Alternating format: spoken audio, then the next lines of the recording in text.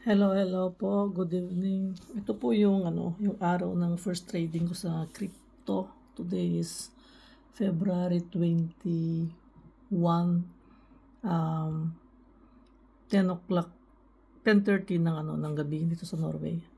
So nag-trading ako ng crypto sa my GCash ko. So this is my first day.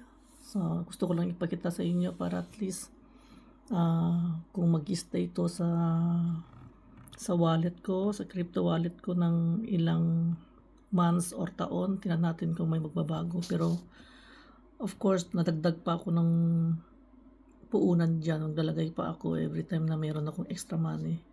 So pakita ko lang sa inyo kung ano yung mga binili ko. Ito po.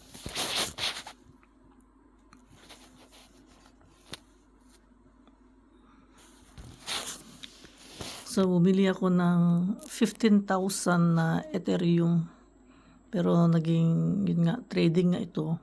Pagka bumili ka, mababawasan ito. So bumili ako ng 15,000 peso. So yan yung Ethereum.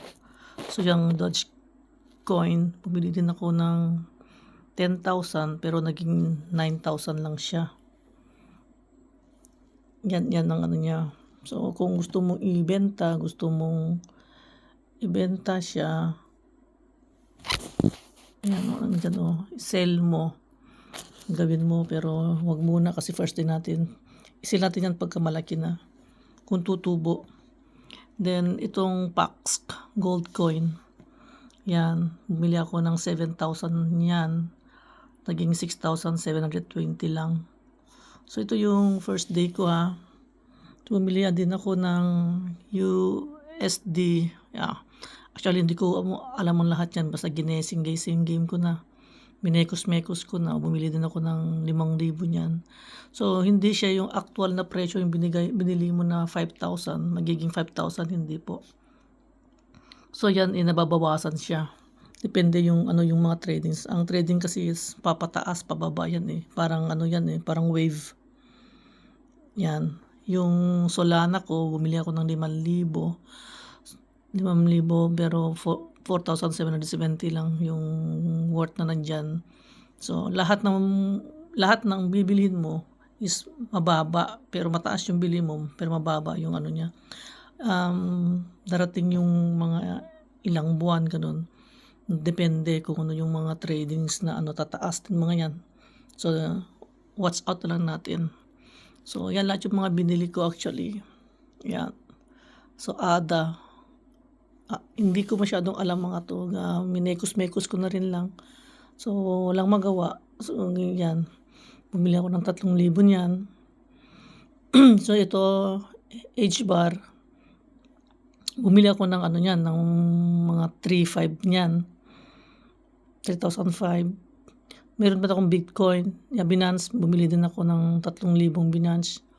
So almost yan. Pero sa tingin ko, bibilhin ko at subukan ko lahat ang mga to. Yan. So yan, makikita nyo sa GCash nyo yan. Kung may extra pera kayo, mag-invest kayo. So yan po lahat. Tignan natin kung basta more ako sa coins. Yan, pero ito, aralin ko muna itong mga to kung itong mga to kasi ngayon ko lang kilala mga to, ng mga pangalan, mga bago. So kung ano yung mga kilala ko lang, so yung muna ang binili ko. Yan po. So mga worth, ang naubos kong pera dito is nasa 60, almost 70 actually. 70,000 ang binili ko. So tingnan natin kung anong mangyayari in the future. So baka bukas maglalagay din ulit ako. Tingnan lang natin kung ano pa yung pwede natin i-invest at para yung pera magtatrabaho para sa atin. So yan na ngayon yung mangyayari in the future, yung modern world na hindi na yung tao ang magtatrabaho, yung pera na. Basta wag mo na lang patutulugin yung pera mo sa bangko. Ganito ang gagawin mo. So may pakonti-konti ka, may 3,000, 4,000, pasok mo agad dito. Nagte-take a risk ka, oo. Pero kung lumaki yan, yayaman ka. Laki din yung ano mo, yung magiging pera mo. So, wag po kayong matakot. Talagang ganyan ang buhay. Taking a risk, pagka panalo, panalo. Pagka talo, talo. So, subaybayan niyo na lang ako pagka ano yung mangyayari dito sa account ko. Pakita ko po sa inyo. Salamat po. God bless.